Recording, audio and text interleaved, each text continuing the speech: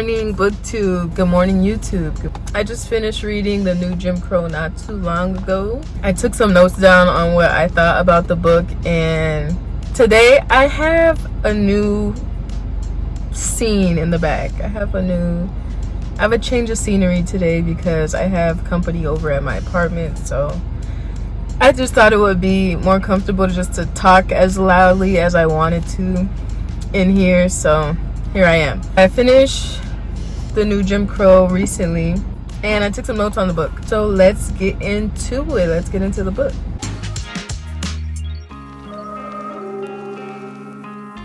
The book was written by Michelle Alexander, and she served as the director of racial justice projects, pretty much reform organizations, and her focus were incarceration reforms aimed around men, black men specifically, because she states in her book that the numbers are highest, obviously, the numbers are highest in incarceration rates among black men, which is true, and I'll explain as much as I can. Besides her involvement in the criminal justice system, she has been a lawyer. I'm not sure if she's been a professor or a speaker, but besides that, her career has really been in the justice system. Here's a description of what this book is about.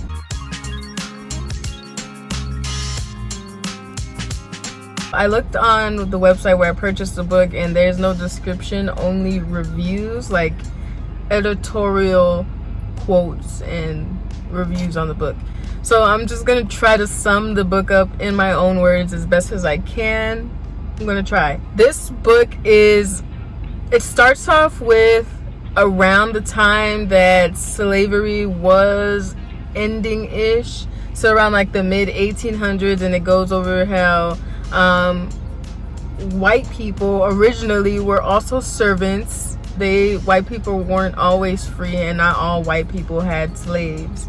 So at that time, white people were also servants. And just like a side note, I think that they were just so, I don't want to use the word bad, but bad at being servants. They couldn't work in the sun, obviously, and they just weren't as useful as black people were physically. And white people got tired of not having all the money and something to actually work for, unlike the planters, the slave masters, and obviously the elite owners. So it started out as a class war between the poor whites and the blacks against rich people before it actually manifested into abolishing slavery. There's a man named Nathaniel Bacon, and he organized one of the first type of revolutionary acts during the slavery period, and he was a white man, so he was getting all the poor white people together to go against the rich ones, pretty much. What they did to kind of appease the poor white people was they took them out of slavery and started giving them privileges. So this is where white privilege comes from. I feel like a lot of America all of America's problems are masked by race. Since the beginning of this country, it's been masked by race, but it is essentially a class thing. That's just my opinion. So on the face of American problems, we have a black versus white thing, but really underneath it all, it's a class thing. It can be both, but the underlying is the class thing. Even before America started, it's a class issue. So what the elite did to appease the poor white people was they gave them jobs to do, and like teachers, slave catchers, aka your modern day police officers, who were pretty much given the job to catch freed slaves and return them to slavery. So that was their kind of bump up. They got to eat at the same restaurants as the rich people did. They got to make a living and such and such. And so that eased the tension between poor whites and elite whites, and it turned a finger against black people. Since poor whites got that privilege bump, they started to think that they were better than black people, and that black people were undeserving of the same privileges and rights that they were. And so that's what the country is really kind of based around, is white privilege. So the author starts there, and then she builds up to Okay, so after slavery was abolished, a short period of time afterwards, that's when the Jim Crow laws started to go into effect, where although black people were free, so to speak, they still weren't technically considered people or humans. They were considered 3/5 human. They couldn't vote. They couldn't go to the same schools. They couldn't sit at the same restaurants, the same hospitals, and so forth. So there were still a lot of restrictions on their actual personal and just human rights after slavery. They weren't free, and then they had all these rights. Jim Crow was a way to discriminate against a group of people based on a specific reason. This one, Jim Crow, being the color of their skin. After Jim Crow ended, and then the 13th Amendment came through, 14th Amendment came through, then we have segregation, which is, okay, we give you all rights, but still you stay on that side of town, we'll stay on this side of town, separated still. Supposedly we've gotten rid of segregation laws and things that technically keep people apart based on their race, or discriminate against anything like their race, religion, sexuality, etc.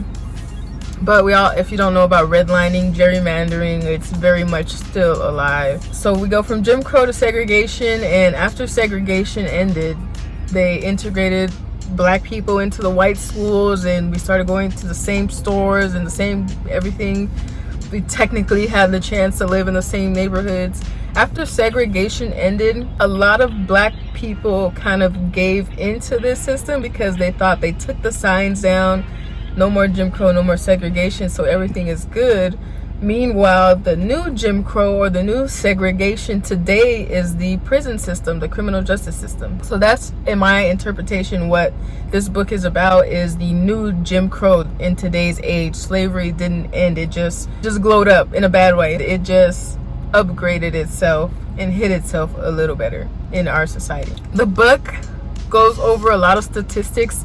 The author wants the book to be some type of reference for you to go back and kind of, if you wanted to, bring out facts. This percentage of black people are in prison for these types of crime compared to this percentage of white people for the same crime. So there are a lot of statistics in this book. The author makes a very fair point about how the whole criminal justice system works, from you being a juror as a black person, from you dealing with prosecutors as a black person, from you dealing with police officers as a black person, from you dealing with judges as a black person. So the whole way through the system, there's a lot of legal discrimination, and yet you're not able to call it out in a court of law unless it's overt, unless somebody literally says, I'm doing this or banning you from doing this because you're black.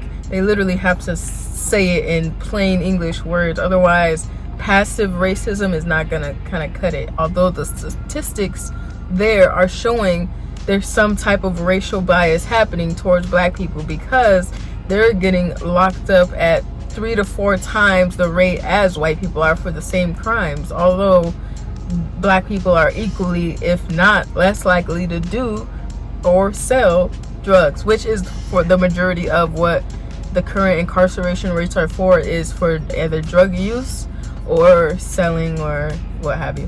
What fueled this drug war was the war on drugs presented by Ronald Reagan in the 70s. So Ronald Reagan in the 70s announced to America that there was a war on drugs before the war on drugs even started. So he was putting out all these pictures in magazines and newspapers of just black people on crack and just zombified pretty much, and that's what started the propaganda. With that propaganda came the push from white people to not want to assist black people or to stay away from black people because it was shown that they were living in those types of conditions. They wanted to separate themselves from that. What the war also did was push police to, it gave police an incentive to push this war on drugs, because what the police had got as an incentive was the ability to keep your property if you were caught with drugs. So the money, if you had money on you, the drugs, if your car was used to transport drugs, they would be able to keep that. Weapons, they were able to keep whatever you had on you as your property as a donation. I'm not sure the word she used, but somewhat of a donation to the law enforcement agency. They got to keep it. Police officers were getting incentivized by the federal government because the more arrests they made for drug-related crimes, the more they got in government funding. There was an incentive to arrest people for drugs. There was also, I believe the author mentioned that there's no type of kind of racial bias discrimination training. So depending on how this law enforcement officer grew up, he may be racist, he may not be. That may determine his choices to place more charges on somebody. When asked, they say no, I'm not racist, although a study was done when a situation arose, so they weren't aware that they were making racist choices. I'm butchering it, but that's in short how the survey or study went. But yeah, now there was a full-on war to get black people in jail, because mainly what the 13th Amendment does is abolish slavery. However, if you go to prison, it is still allowable. So if you go to prison, you're still eligible to be a slave in today's age. So the 13th Amendment did not abolish slavery completely.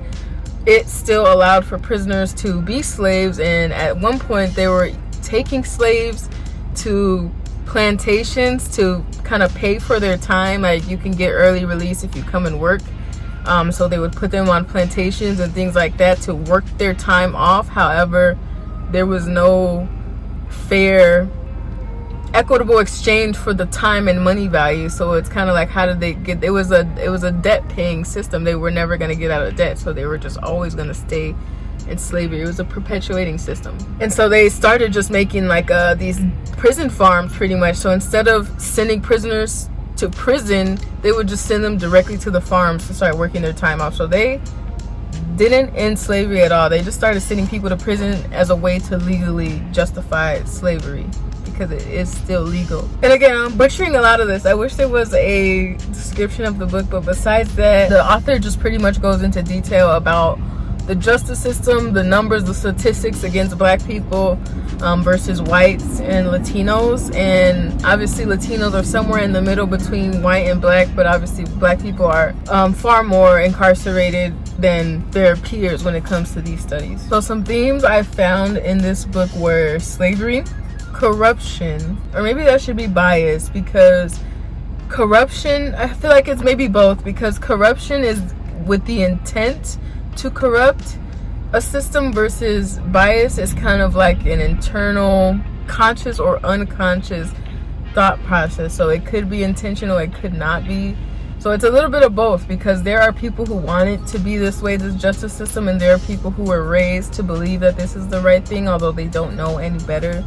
So they both go hand in hand. Slavery, as I said, because slavery is still legal as of the 13th Amendment. Another theme was a blind eye, or ignorance. I didn't know another word for this, ignorance, because what the author does also mention is that the reason they put prisons so far away is to keep prisoners out of sight, out of mind. That all makes us turn a blind eye to these people. So the book played a lot on the empathy factors and your empathy and sympathy cards for prisoners and felons, mainly because the author makes a point that once they have these labels slapped on them as felons or what have you, they get treated like second class or subhuman citizens technically. So once we hear that word felon, we automatically think dangerous, crime, stay away from this person, untrustworthy.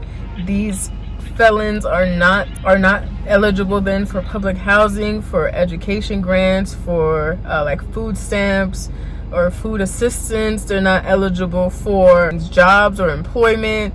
So they really are, outside of the human interaction and treatment they get for the label, they really are treated as second-class citizens in the world of society. They're not able to get jobs, they're not able to get homes, they're not able to get food, they're not able to get shelter. So it's kind of like, it's really hard for us to sit there and belittle someone who goes back to a life of crime when the system doesn't allow them to re-enter, because not all people are bad people that went to jail. Some happen to have, I don't know, drug paraphernalia on them, made a bad choice one time when they were 16. Doesn't mean they're a bad person. There are violent offenders as well, but we have to ask ourselves as a society, are we okay with allowing a permanent lockout of society based on one mistake that wasn't violent. We really have to, I feel like a lot of these laws get passed and we don't pay attention to them, but I feel like there should be a sector of us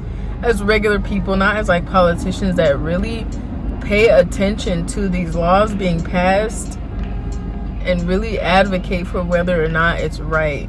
Like there should be a group of people that are just dedicated to just, in your local states, I guess, just dedicated to just keeping up with what laws are being passed. And if we can, either just give it to your local community to raise awareness, or just to explain to people in layman's or just regular terms, because I feel like a lot of people don't tune into these hearings when they vote on these types of laws, because it seems a little too complicated for our basic minds today, and it might be, and I feel like that's why we should definitely have people. But it's hard to like get people to want to do stuff if you're not paying them. So I don't know, it's very hard to get people to do stuff when you're not paying them. A lot of people won't do it just for the good of their local neighbors.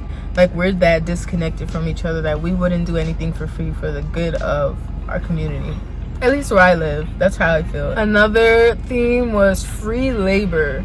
It was definitely free labor. It's kind of like when you have 400 years of free work for little to nothing, and you get it taken away from you, you have to think whoever has that power is not just easily gonna give it up. So because they're not easily gonna give it up, they obviously masked the way that they got the free labor into another form of free labor, so that we wouldn't see it, and that we wouldn't recognize it once we saw it. It's a very tricky system. That's what I'm learning about life, is this whole thing is, they call it legalese. Like it's words in situations that are meant to trick you on paper so that you think it's one thing but it's actually another. So that's the world we live in with the English languages. We have to really read the stuff and comprehend the stuff that's being put out there by our government, because they get really, really tricky.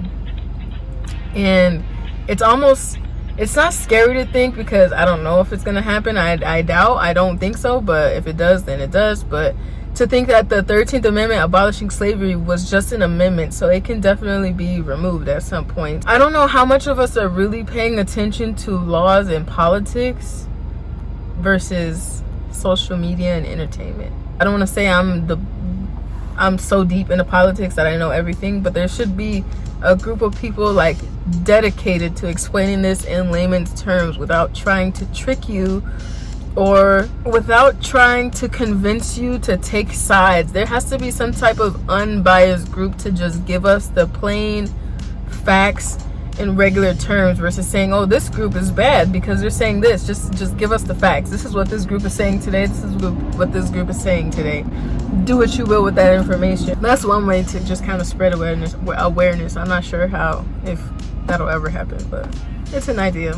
More themes I found were control and cycles. Control, because I forgot the statistics, honestly, and I may be butchering it. I don't know if it was 2/3 of the black population is either on probation, some form of house arrest, or has been to jail or prison, or will serve some type of prison, probation, or jail time in their whole life, or parole time.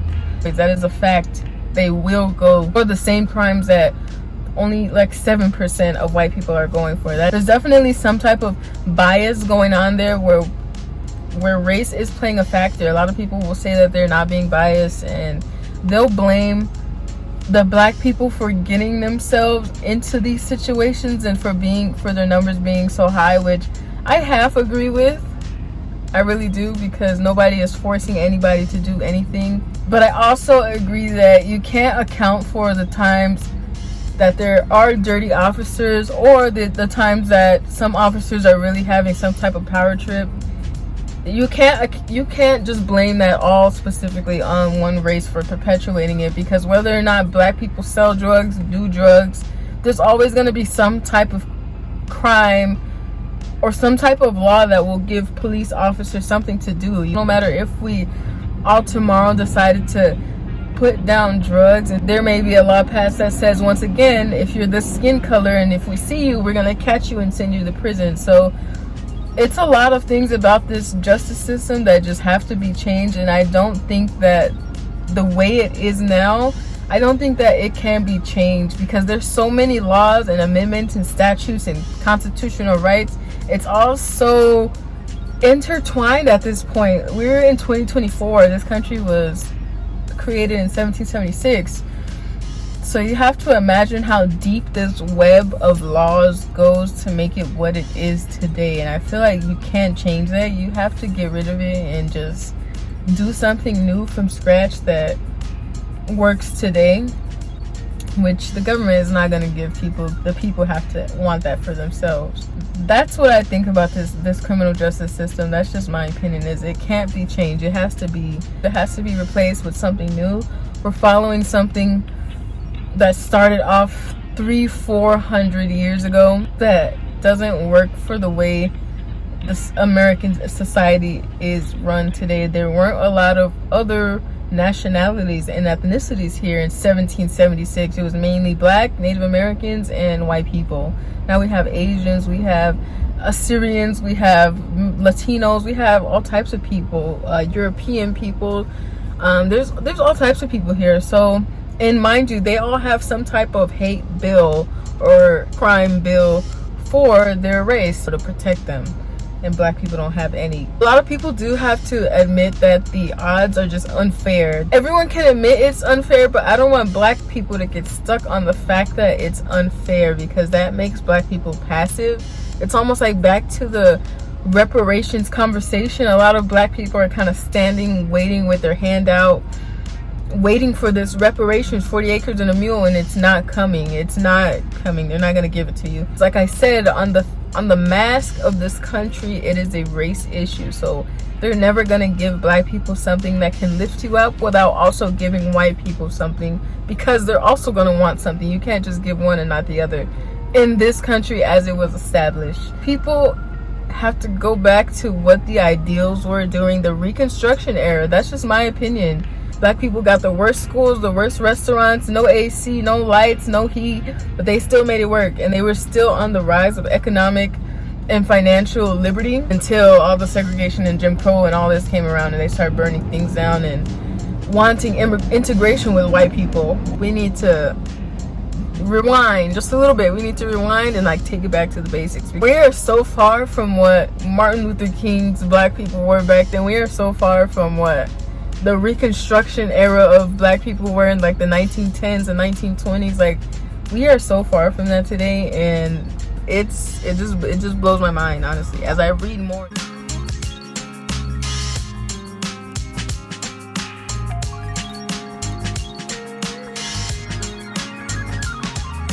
So to get into the rating, the first category of the rating is a storyline or ending.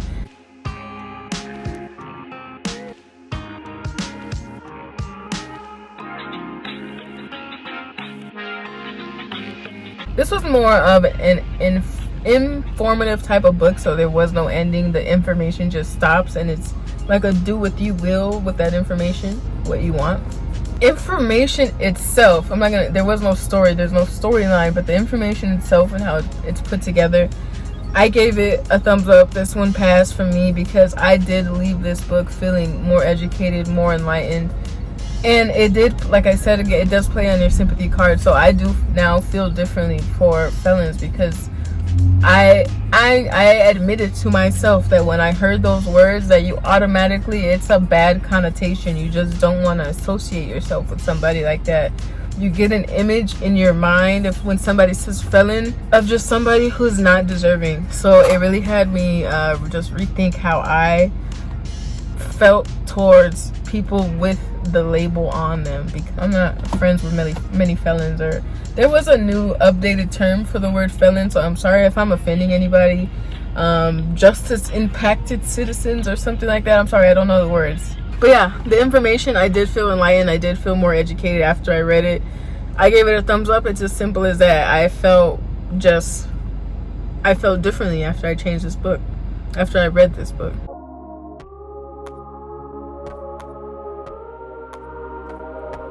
So the length and the pace, which is the second category, I gave it a thumbs down. The chapters are long, so get ready for like, there's only maybe 8 chapters, but they're like 30 pages each. So I took multiple breaks within the same chapter. I need breaks. My attention span is kind of very low, and it's not that I'm barely keeping up with these books, but like, I can admit my attention span is lowering from what it used to be as I was younger, but I'm trying to keep it sharp. This was only about 8 or 9 chapters maybe, and they're about 20 or 30 pages long, but there are plenty of breaks within the chapter, so like new ideas and topics, and it's bolded out within the chapter, so you get to take a break.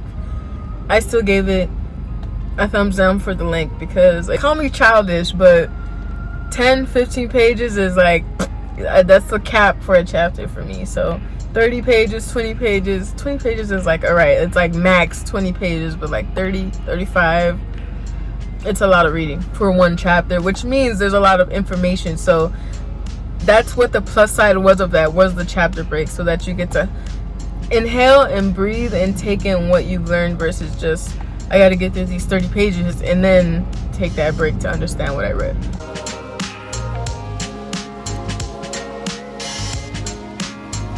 The complexity of this book, I gave it a thumbs up because it wasn't complex at all. This is something like a history teacher in school should teach and would teach. So it's on that level of basic comprehension. It's not hard to understand, and there's not a lot of big words in this book. I don't know if I even popped my dictionary out at all. If I did, maybe once or twice. But the ideas are simple. It's comparing today's prison system to the olden Jim Crow era.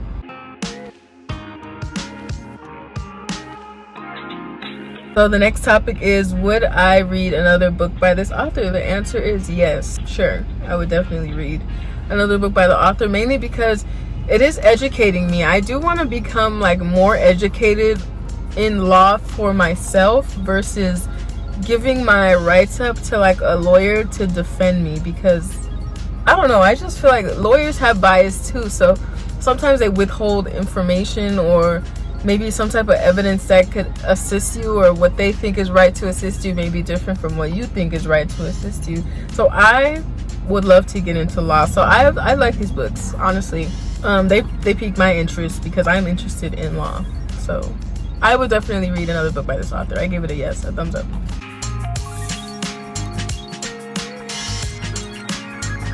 The last one is, would I recommend it? I put yes. I would recommend this to anybody, whether you like black people, you don't like black people, man, woman, short, old, short, tall, young, old, maybe as young as like 13, 14. But yeah, I would definitely recommend this book. It's very educational for anybody living in the country of America. If you didn't know the history of segregation, Jim Crow era, just how the laws treated black people, this is a good book for you to read. It's a very good introductory book for you to read and to understand where black people are today in the incarceration world, and why you may have these stigmas of black people in the justice system. So yes, it is a recommended book.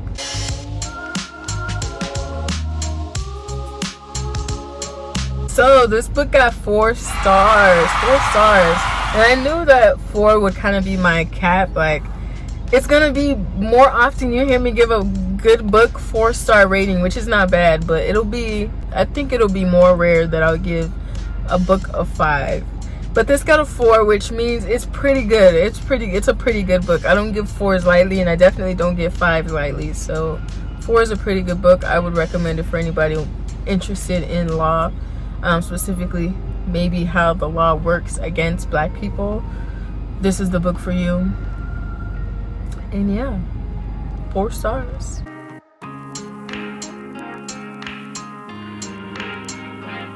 My favorite quote or passage from the book. There wasn't a passage. Actually, there was, and I'll read it. My favorite passage from the book, I had a couple quotes and passages that I liked. But the passage I chose was the one regarding Nathaniel Bacon and his little revolution that he set off. And there's actually more quotes in the book that I liked. One of them was, "You can hate the crime but love the criminal." So we have to remember that not everybody who's been to jail, prison, parole, or probation is bad. And usually violent offenders, if they are violent, have come from violent situations themselves. So we have to have a little bit more empathy, because aren't they also victims? Or do we not feel bad for that inner child that was also hit, abused, what have you, when they were growing up? So it's kind of like we can't pick and choose when we want to be empathetic. Everybody is a human, I feel like, and we lose the sight of that. Once we bump a label onto somebody, we then decide whether or not they're deserving of our empathy. For example, Palestine, prisoners, gays, lesbians, the whole community, black people. So there is a whole stigma we have that once somebody has some type of label on them that we don't like, we are able to justify not liking them and not supporting them and not thinking that they're deserving of the same rights as us. We need to get rid of the thought that anybody has privilege in this world. So besides rich, very wealthy people, not even rich people, besides wealthy people, none of us have, because next to the next person, your privileges are less. So maybe a black woman and a black man, one of them has more or less privileges. Black people next to white people, one of them has more or less privileges. A white woman next to a white man, one of them has more or less privileges.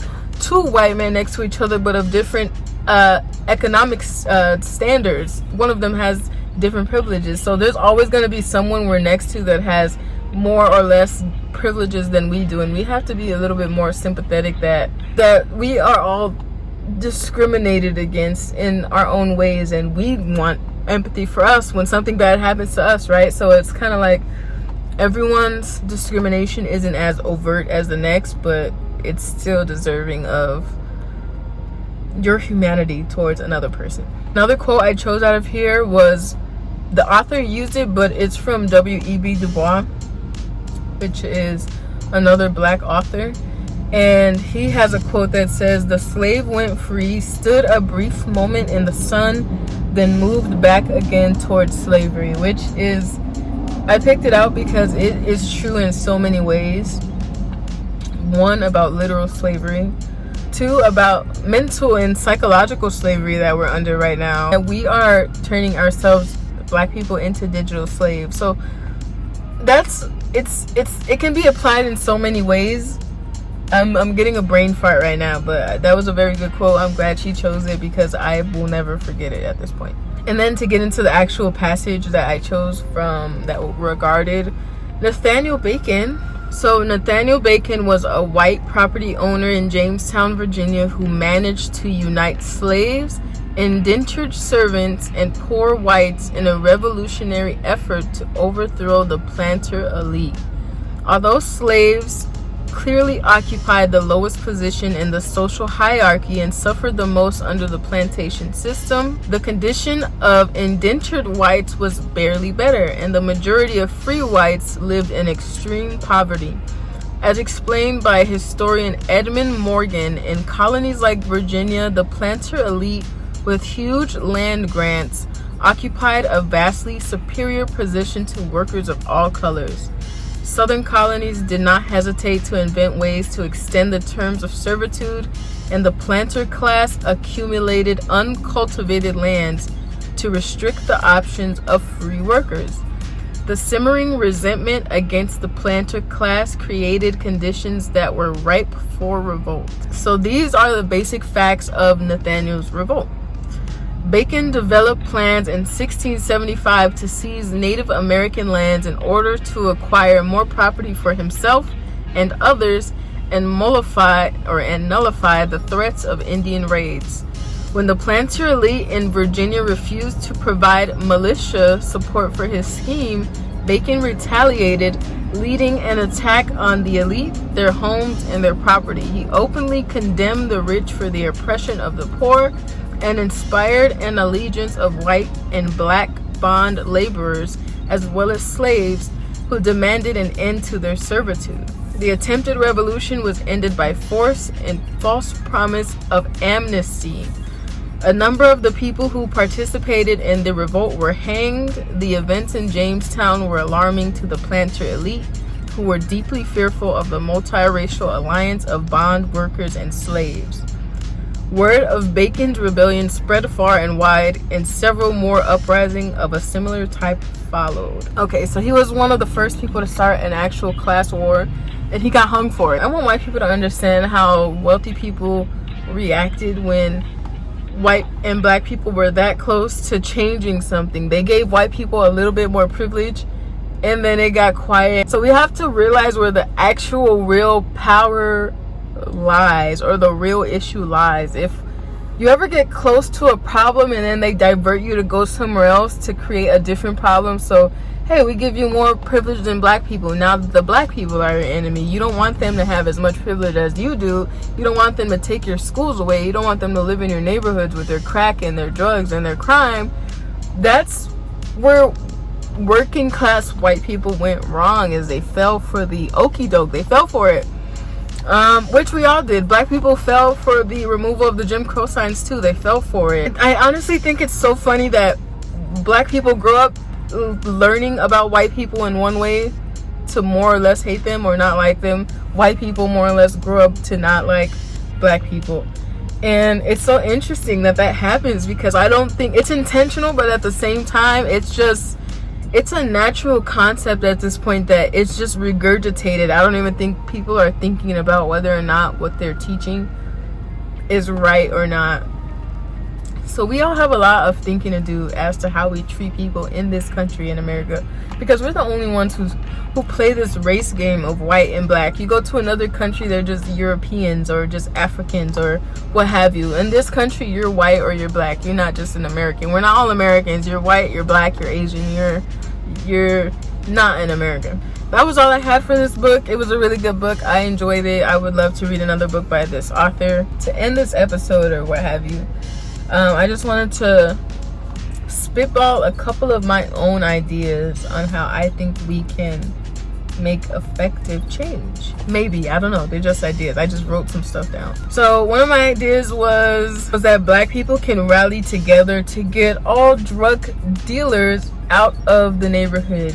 Usually you're not supposed to sell drugs in your own neighborhood to your own people. That's just a basic fact. So we have to look at other cultures and really ask ourselves, what are they doing and how are they getting it accomplished? There hasn't been any type of reflection in the black neighborhood to resolve any of these problems. There haven't been any meetings. There haven't been any protests. There haven't been any mass attention grabs, nothing. But yeah, I think black people in everybody's own neighborhoods can rally to get the drug dealers out of there on some Black Panther, black liberation type movements, because I don't think at this point we can stop drugs. We can't stop guns. What we can do is educate the next generation a lot more than what we're doing now on how to use them. It's almost like a shock value type of thing, because I don't know what the statistics are on drug usage, like what percentage of kids will certainly use drugs in their whole lifetime. Majority will, but when it comes down to weed, even alcohol is a drug. But there has to be some type of shock value to the kids, because you can go in there and tell them not to drink, not to do drugs, but somebody will do drugs, somebody will drink. So have we really prepared them on how to responsibly use these things? Because they're out there. It's like, and I keep bringing up Pandora's box, because we have a lot of things out in this world that you can't take away and you can't put back. You have to teach these kids how to, I don't know, give CPR to someone, how to deal with an overdose, how to deal with what to expect when you go to prison, because 1 in 3 of you will go. So this is what you do when you get in there. Don't steal from people, keep to yourself, try not to join a gang. You have to use shock value on the kids, and you have to prepare them, because one of them will. As much as we don't want our kids to go to prison, as much as we don't want our kids to use drugs, one of them will.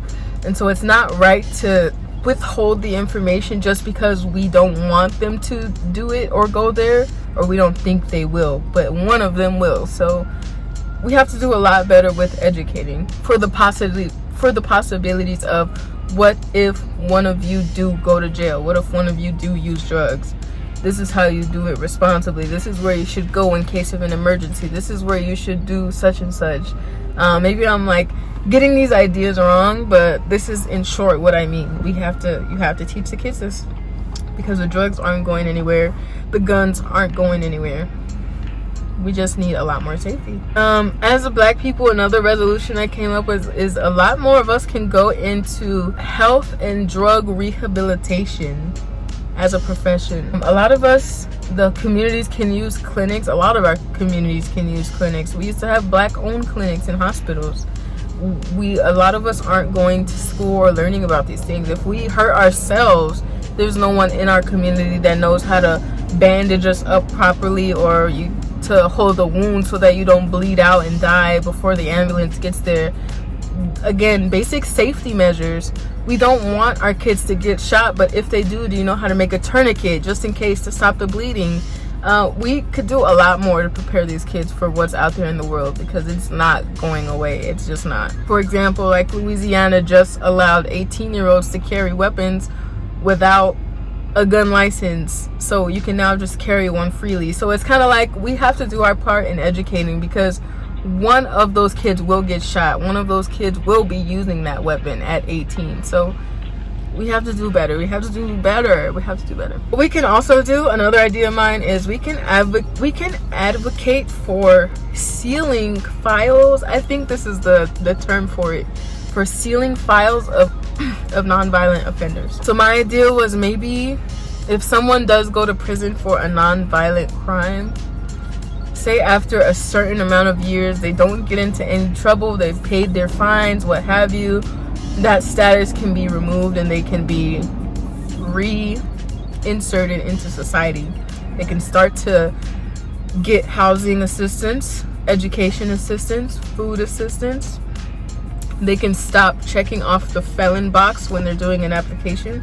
So I think that's right, and I think that's fair for somebody who has been to the criminal justice system for a nonviolent crime that hasn't gotten themselves into any more trouble after X amount of time. It would be the right thing to do to start reinstating some liberties, because once you're labeled as a felon, you're stripped of everything. Your voting rights, you're stripped, and it's hard to get them back, if you even get them back at all.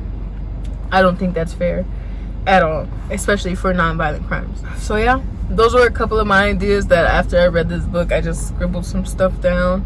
If I really was a criminal justice advocate, I'd find a way to, I don't know, try to get those things going, but I'm not. I'm just a girl who reads books and just had a couple ideas. Hopefully somebody else out there reads these books and has the actual fire under them to go out and do these things, but personally I don't. Unfortunately, I'm just a keyboard warrior. That's all I had for today for this book. Thank you guys for watching Book Talk. Hopefully she comes out with some more solutions as to how we can help her being more involved in this whole system. I would love to hear her opinions on what we can do besides the first step, educating ourselves, which is what she did with this book. So thank you, Michelle, for the information. This book was written in like 2010, 2011, so it's kind of a little bit outdated, but the information still stands. I doubt the percentages and the ratios have staggered, if at all, if they haven't just gone up in general. So thank you guys for watching, and I will see you next time. Bye, YouTube.